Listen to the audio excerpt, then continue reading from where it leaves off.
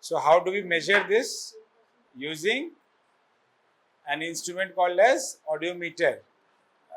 The procedure is called as audiometry. We are using a single frequency tone to assess the hearing. So this is called as pure tone audiometry. Whatever I am saying, everything is important. जो points highlight हो रहा है, this same thing will be asked.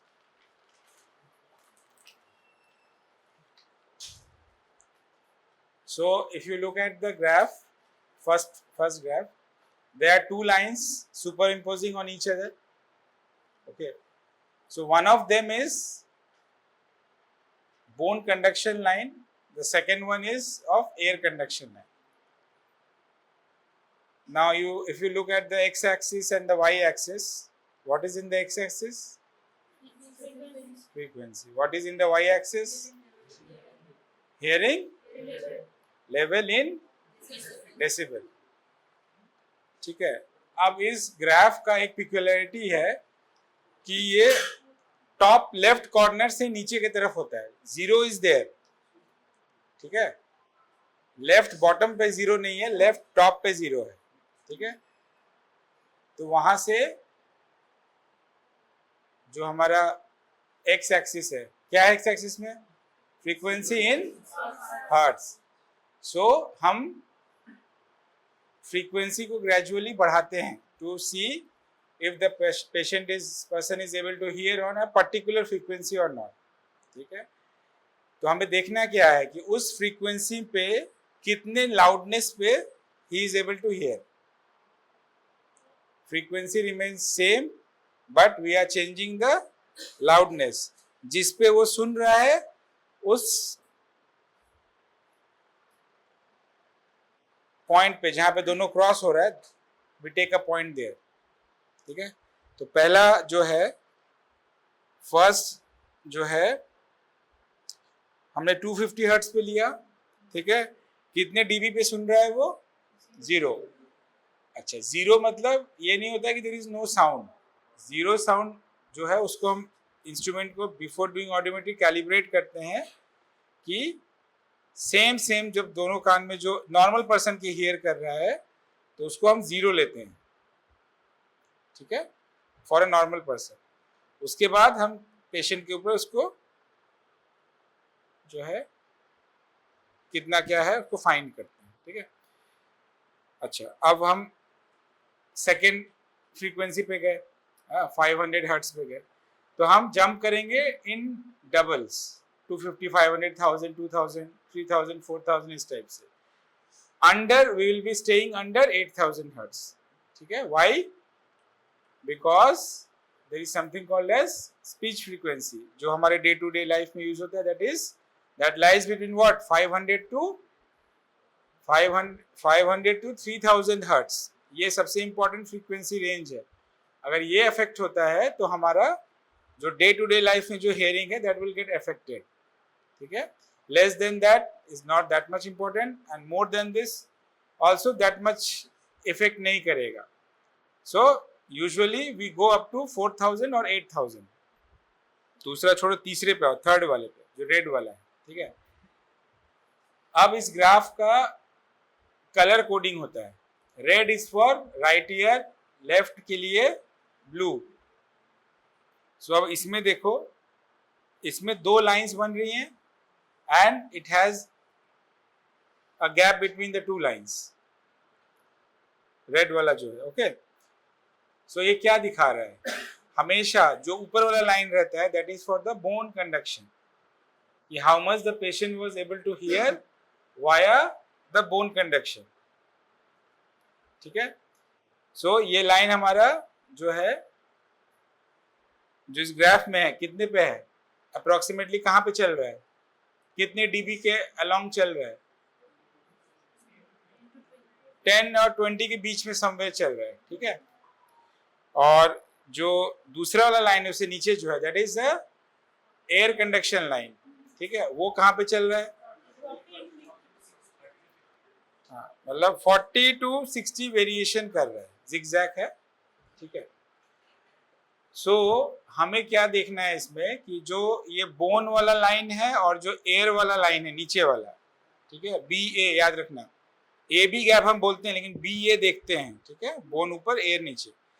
तो इन दोनों के बीच का जो gap है वो हमें जो इंपॉर्टेंट फ्रीक्वेंसीज है 500, 1000, 2000, 3000 इस पे निकालना है कि दोनों के बीच का डिफरेंस कितना है। ठीक है, मैंने तुम लोगों को जब ऑटोस्क्लेरोसिस पढ़ा रहा था तो बताया था कि A B gap of within 25 decibels is taken as normal. ठीक है, तो हम 500, 1000, 2000 का जो ए और बी का मतलब बी और ए का जो गैप है, ए तो बड़ा होगा ना क्योंकि वो नीचे, क्योंकि हमारा जीरो ऊपर से शुरू हो रहा है तो ए बड़ा होगा, तो ए से माइनस बी करेंगे। ठीक है, तो जो गैप आएगा उसको हम ये तीनों 500, 1000, 2000 वाले फ्रीक्वेंसी में, मान लो पहले वाले में आया, कितना आ रहा है इसमें देख के बताओ। पहले वाला जो है 500 है 45 माइनस 15 कितना हो रहा 30। तो 500 हर्ट्ज पे 30 गैप है, 30 डेसिबल का। उसके बाद 1 किलो हर्ट्ज पे कितना है 40 माइनस 15, 40 माइनस 15 है तो 25। ठीक, और 2 किलो हर्ट्ज पे कितना गैप है, अगेन 45 माइनस 20, 25। तो अब ये तीन गैप्स हमें मिले डिफरेंट एट डिफरेंट फ्रीक्वेंसीज 30, 25, 25। तो हम इसका एवरेज निकालेंगे, तीनों का ऐड करके डिवाइड बाय 3 कर देंगे, तो it will come more than what 25। तो WHO क्लासिफिकेशन के हिसाब से 25 से ज्यादा आ रहा है तो it will be classified as hearing loss. अब उस क्लासिफिकेशन में जब देखेंगे तो माइल्ड कितना तक होता है, अप टू 40 डेसिबल होता है, 25 to 40 इज माइल्ड। तो ये क्या हो जाएगा, माइल्ड ए बी गैप आ रहा है। ठीक है, अब ए बी गैप जब होता है सिर्फ तो उसको कंडक्टिव हेयरिंग लॉस कहते हैं। ठीक है, तो इसमें क्या हो जाएगा, mild conductive hearing loss of सब 26 या 27 decibels in which year, right year. ये अगर फोटोग्राफ दिया हुआ है, योर डायग्नोसिस लिखा हुआ है, तो आप क्या बोलेंगे,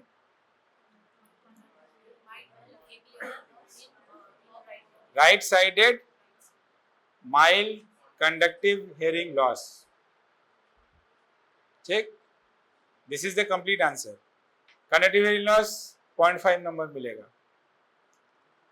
माइल्ड नहीं लिखा, माइल्ड लिख दिया तो 0.75 मिलेगा। पूरा राइट के साथ लिखा तो फुल नंबर मिलेगा। ठीक है, ओके। अच्छा, इस ग्राफ में हमें एक चीज और देखना है कि where the bone conduction line is lying. Again WHO वाले में क्या बोलता है कि 25 dB के अंदर नॉर्मल होता है, तो अगर बोन कंडक्शन को भी 25 dB के अंदर में होना है, ठीक है, एवरेज, तो इसमें बोन कंडक्शन ऊपर वाला लाइन कहां पर है, 25 के अंदर में है, और जब एयर के साथ उसको कंपेयर करते हैं तो वहां पे 30, 25, 25 आया, जिसको हम ऐड करके डिवाइड बाय 3 किए तो मोर देन 25 आ रहा है, 26 और 27 आएगा। That is why we are labelling at it as conductive hearing loss. क्यों, क्योंकि बोन कंडक्शन नॉर्मल है। बोन कंडक्शन किस चीज के बारे में बताता है, सेंसरी न्यूरल कंपोनेंट के बारे में बताता है। तो बोन कंडक्शन नॉर्मल लाइन पे चल रहा है, इसके बाद सेंसरी न्यूरल कंपोनेंट नहीं है, तो दूसरे वाला क्या रहेगा, कंडक्टिव कंपोनेंट है।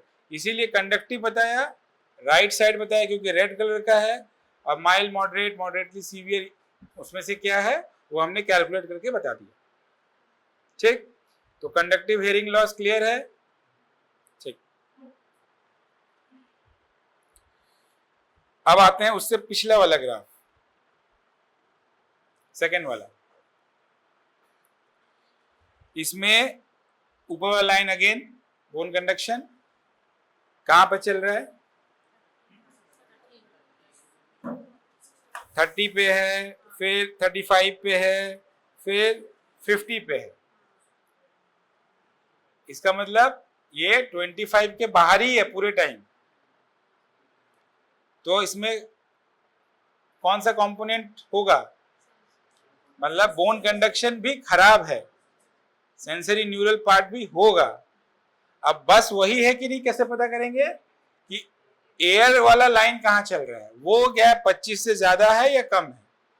तो क्या है एयर वाले के साथ, 500 पे क्या है, रफली 5 डेसिबल है, ठीक है। 1000 पे क्या है, वो भी 5 है। 2000 पे भी ऑलमोस्ट सेम है या 5 है, ठीक है। 5 + 5 + 5 divided by 5, again 5 decibel, under 25 decibel आ रहा है। इसका मतलब कंडक्शन में प्रॉब्लम है, कंडक्टिव पाथवे में, यस और नो। क्यों, क्योंकि A B gap is not more than 25 decibels, ठीक है। But the bone conduction is line is under 25 decibel. तो ये हो गया pure sensory neural hearing loss, ठीक है। समझ में आया बात।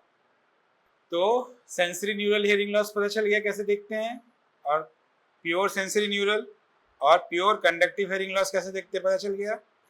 अब आते हैं हम लोग चौथे। एक तो नॉर्मल कैसे देखते पता चल गया, फर्स्ट वाला ग्राफ जिसमें दोनों लाइंस चलेंगी 25 के अंदर, गैप भी नहीं है 25 से ज्यादा, और दोनों लाइन चल रही है 25 के अंदर, ठीक है। उस केस में भी नॉर्मल होगा, और नॉर्मल कब होगा, अगर बोन कंडक्शन का लाइन 25 के अंदर में चल रहा है और ए बी गैप जो है थोड़ा सा उसमें विड्थ है, लेकिन दैट कंप्यूटेशन कम्स अंडर 25। ऐसा ना हो कि ओवरलैप ही कर रहा हो तभी नॉर्मल है, थोड़ा सा गैप हो सकता है, इसीलिए 25 dB तक हम लोग नॉर्मल पकड़ते हैं, ठीक है। क्लियर। अच्छा, अब लास्ट वाले पे आओ। लास्ट वाले पे पहला वाला जो राइट ईयर का ग्राफ है उसको देखो। बोन कंडक्शन लाइन कहां पर है,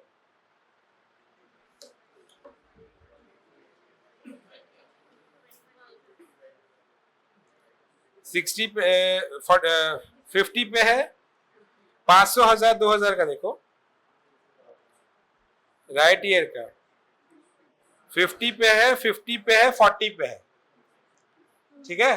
50, 50, 40 एवरेज निकालोगे तो क्या आएगा, मोर देन 25, मतलब इसमें सेंसरी न्यूरल कंपोनेंट आ गया, ठीक। अब इसमें कंडक्टिव कंपोनेंट है कि नहीं देखने के लिए क्या करेंगे, एयर और बोन का गैप देखेंगे, वो कितना आ रहा है देखो, 500 पे कितना आ रहा है, 80 - 50, 30, हाँ।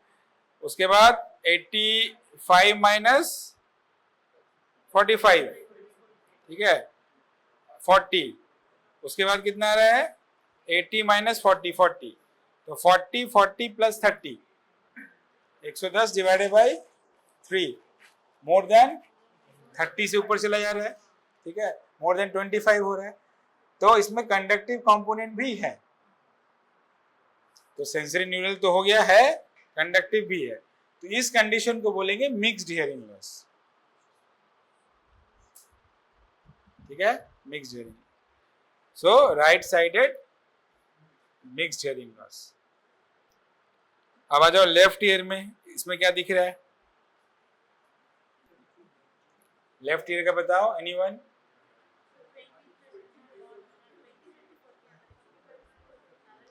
पहले बोन कंडक्शन का लाइन देखो, वो 25 से ऊपर है, मतलब उसमें सेंसरी न्यूरल है। अब दोनों के बीच में गैप देखो, लेस देन 25 है, तो कौन सा हियरिंग लॉस हुआ, only sensory neural hearing loss, ठीक है। So this is left sided sensory neural hearing loss. अब वो माइल्ड क्या मॉडरेट क्या होगा, तो इसको तुम कैलकुलेट कर लोगे, 500 पे कितना है, 1000 पे कितना है, 2000 पे कितना है। अगर वो 25 से 40 के अंदर में आ रहा है, दैट विल बी माइल्ड,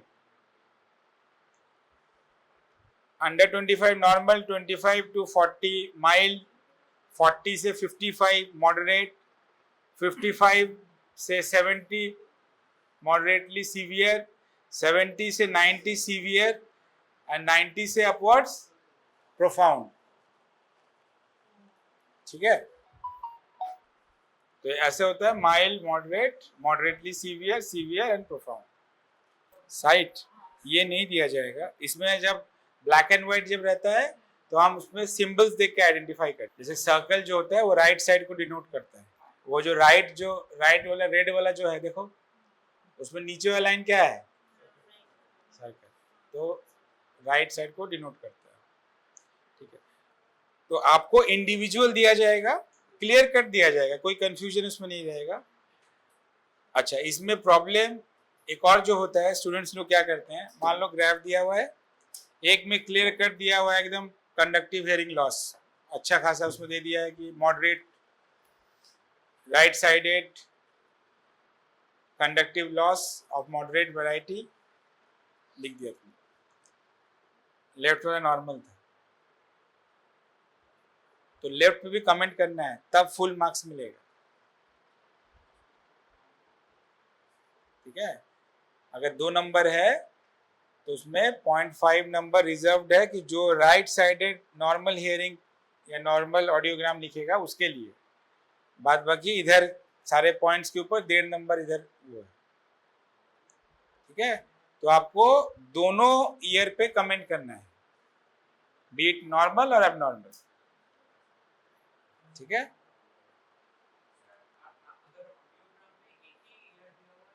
एक नहीं दिया रहेगा ना, हम दोनों देंगे। एक ग्राफ में दोनों हो सकता है या 2 अलग अलग ग्राफ में दोनों हो सकता है। अगर एक ग्राफ में दोनों होगा तो उसको तुमको डिलिनिएट करना होगा कलर एंड सिंबल से, और अगर दोनों अलग अलग है तो अगेन वही कलर एंड सिंबल से अलग अलग दोनों दिया रहेगा, या ऊपर लिखा रहेगा राइट लेफ्ट। तो in our department this audiometry is done once a week. You are most welcome to see how it is done. वो जो इंस्ट्रूमेंट है audiometer, sometimes that is also kept in OSCE, the photograph. What is this instrument used for? ठीक है, so you should be able to identify it, क्या है वो। अब इसमें मैंने बोला 2 तरह के ट्रेसिंग्स है, बोन कंडक्शन, एयर कंडक्शन। तो बोन कंडक्शन में what are the things you are doing, the operator is doing on the patient to assess the bone conduction? उसमें बोन वाइब्रेटर होता है और एयर कंडक्शन के लिए हेडफोन होता है। तो if you are not seeing it personally then you will not understand कैसे how it works. So if you get time, verify in our OPD on what date the audiologist comes, at what time, you are most welcome. अगर उस दिन cases हैं तो you can watch a few, कि कैसे करके इसको किया जाता है, what are the things we are telling the patient what to do। उसमें एक जो ऑडियोमेट्री रूम होता है, that is a sound proof room, उसको कहीं भी नहीं कर सकते हैं। ठीक है, एकदम साउंड प्रूफ रूम होता है, क्या इंस्ट्रक्शन उसको दिया जा रहा है। ठीक है, हम इंस्ट्रूमेंट को किस तरीके से मेजर कर रहे हैं, उसको एक बार बीप सुनाई दिया तो उसके बाद हम क्या करते हैं, कितना डेसिबल नीचे जाते हैं, फिर से देते हैं, वो नहीं सुनाई दिया फिर उसके ऊपर वाले में जाते हैं, फिर जहाँ सुनाई दिया अगर तो क्रॉस चेक करना होता है। ठीक है, 10 और 20 के बीच में भी सुनाई दे सकता है, वो जो बीच में जो पॉइंट्स आ रहे हैं कैसे आ रहे हैं, वो नहीं 45, अभी हमने कैलकुलेट किया ना 25, तो बॉक्स तो 10 डेसिबल का है, तो पॉइंट वो जो 5 वाला कैसे आ रहा है। ठीक है, सो हम 5 dB के मल्टीपल पे उसको नीचे करते हैं, ऊपर करते हैं, देखने के लिए कि एग्जैक्टली किस पॉइंट पे उसका हियरिंग आ रहा है। ठीक है, तो उसके लिए आपको एक बार देखना होगा प्रोसीजर को। ठीक, तो I hope it is clear कि how to read a audiogram. Audiometry is the procedure, audiogram is this graph. ठीक है, and audiometer is the instrument, इसमें कंफ्यूजन नहीं होना चाहिए। ठीक है, so this audiogram is there, मतलब जो है हमारे ऑस्की के लिए भी हैं कई तरह के ऑडियोग्राम्स। अब इसमें नेम्ड कुछ ऑडियोग्राम्स हो सकते हैं। If somebody is giving very good viva, we can keep it in front of them जैसे मैंने कहार्ट्स नॉच बताया था, ठीक है। जो सेकेंड वाला जो ऑडियोग्राम है वो कहार्ट्स नॉच नहीं है, ठीक है, वो एग्जैक्ट कहार्ट्स नॉच नहीं है, लेकिन उसमें दोनों लाइन डिप कर रहे हैं। कहार्ट्स नॉच में क्या होता है कि बस बोन कंडक्शन वाला वैसे डिप करता है एट 2000 हर्ट्ज। हर्ट्ज ठीक है, लेकिन दोनों लाइन डिप कर रहे हैं। सपोज करो, और दूसरा मैंने क्या बोला था, क्या रिक्वायरमेंट है ओटोस्क्लेरोसिस में सर्जरी के लिए, AB gap more than 30 decibels and speech discrimination score more than 60%। कल ही तो पढ़ाया है यार, ठीक। तो यहाँ AB गैप तो है नहीं, क्यों? क्योंकि ये प्योर सेंसरी न्यूरल है। तो उस केस में हम क्या करेंगे, अगर सेकेंड वाला लाइन इतना डिस्टेंस पे रहता कि वो 30 डेसिबल से ऊपर का गैप बना रहा होता है with bone conduction line dipping at 2000 hertz, तो वो कहार्ट्स नॉच होता है, ठीक है। एक और होता है बॉयलर्स नॉच। उसमें क्या होता है, दोनों लाइन डिप करेंगी एट 4000 हर्ट्ज, ठीक है। जो लोग बहुत नॉइजी इन्वायरमेंट में काम करते हैं उनमें वो फाइंडिंग मिलता है। ब्लैक स्मिथ्स हुए या बॉयलर इंडस्ट्री जहाँ बहुत आवाज़ हो रहा है, ठक ठक ठक बहुत जोर जोर से आवाज़ हो रहा है, उनमें वो मिलता है। उसको बॉयलर्स नॉच बोला जाता है। इसको बोला जाता है कहार्ट्स नॉच 2000 वाला, वो है 4000 पे, उसको बॉयलर्स नॉच। और भी होते हैं ascending type of graph, hearing loss कैसा हो रहा है। डिसेंडिंग टाइप का होता है, एक होता है कुकी बाइट पैटर्न, ऐसा लगेगा बिस्किट जैसे काटते नहीं, ऐसे करके यू शेपेड, उस टाइप का पैटर्न आएगा। तो these are some named patterns, these are important for MCQs, ठीक है। In exam will be keeping simple audiograms, but you might be asked if you are giving a good viva कि name some name audiograms, क्या क्या मिल सकते हैं, कहाँ पे मिल सकते हैं।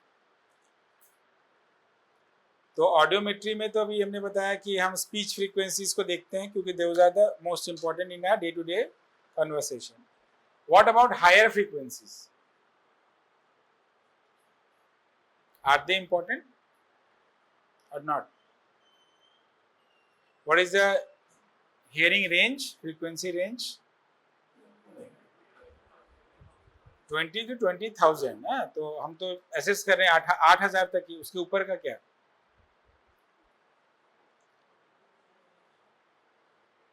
Any idea?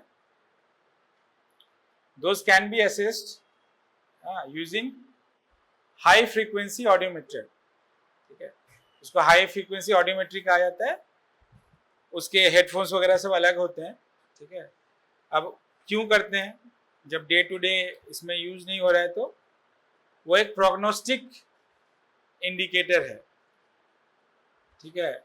बहुत सारे डिजीजेस अर्ली ऑनसेट में जो रहती हैं, those are affecting the high frequencies first, later on they also affect the speech frequencies. जैसे diabetes related, thyroid disorder related जो हेयरिंग लॉस होता है, उसमें ये होता है। तो आप प्रोग्नोस्टिकली बता सकते हैं कि ये आएगा इधर भी, ठीक है। तो हम मेजर करते हैं, यस हम करते हैं। कैसे करते हैं? Using high frequency audiometry. क्या पर्पस है करने का? सर्टेन डिजीजेस में हेयरिंग लॉस को हम प्रोग्नोस्टिकेट कर सकते हैं, बता सकते हैं कि उसका क्या प्रोग्नोसिस है। अगर उसको हम ठीक से प्रिकॉशंस नहीं लिए तो लेटर ऑन वो स्पीच फ्रीक्वेंसीज को भी अफेक्ट करेगा, ठीक है।